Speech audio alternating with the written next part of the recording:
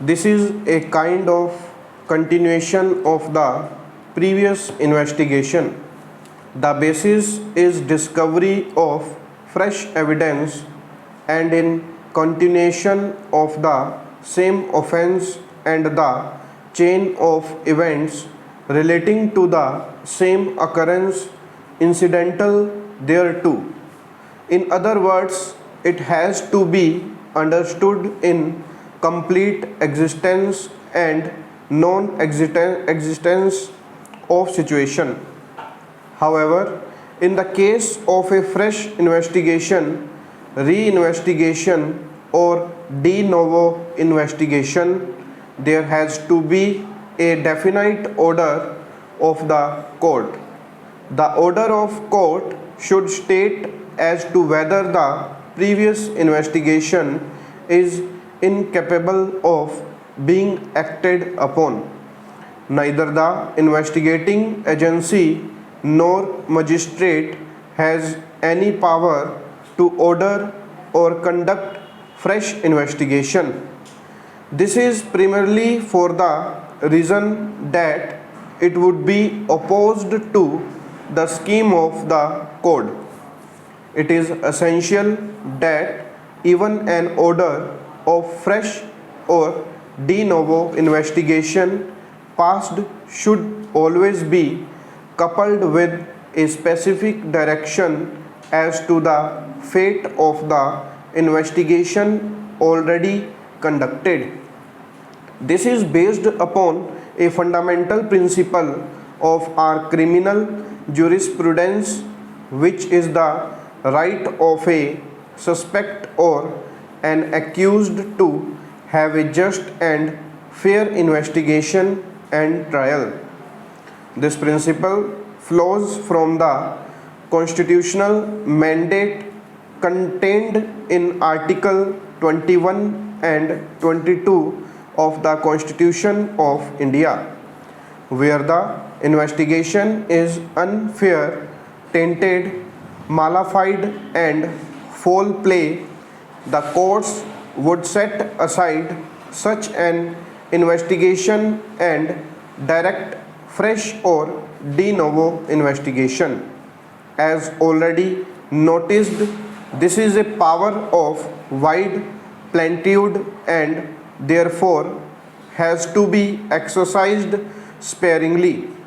The principle of rarest of rare cases would squarely apply to such cases unless the unfairness of investigation is such that it pricks the judicial conscience of the court should be reluctant to interfere in such matters to the extent of quashing an investigation and directing a fresh investigation.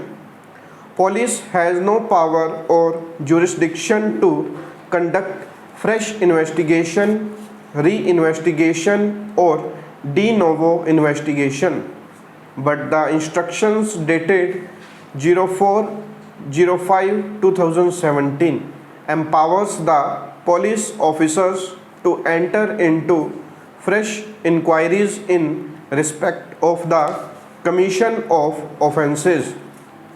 Therefore, this court has no hesitation in holding that the police has contrived to infuse a complicated mechanism by formulating the above policy to entertain the defense of accused, which invades lawful procedure of investigation completed by the Code of Criminal Procedure, and it destroys the fundamental characteristics of impartiality and free investigation.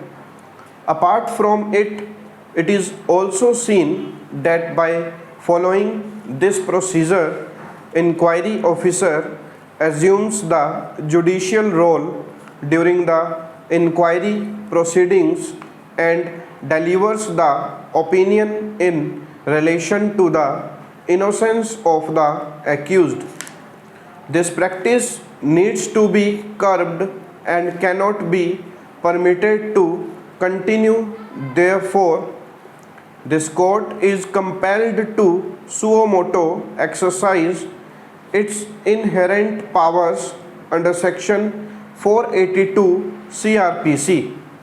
It was observed that the ends of justice are higher than the ends of mere law, while justice has to be administered according to laws made by legislature.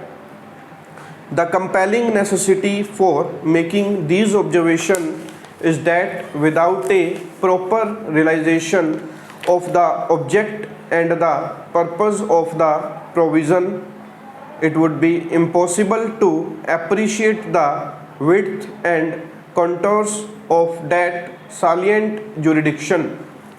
When the law gives anything to anyone, it gives also all those things without which the thing itself would be unavailable.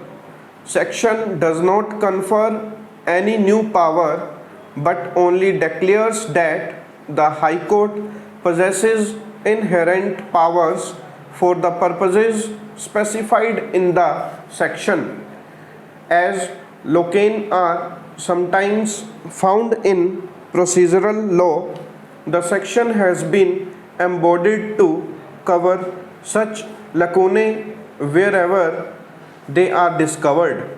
The use of extraordinary powers conferred upon the High Court under this section is, however, required to be reserved for extraordinary cases. Stop.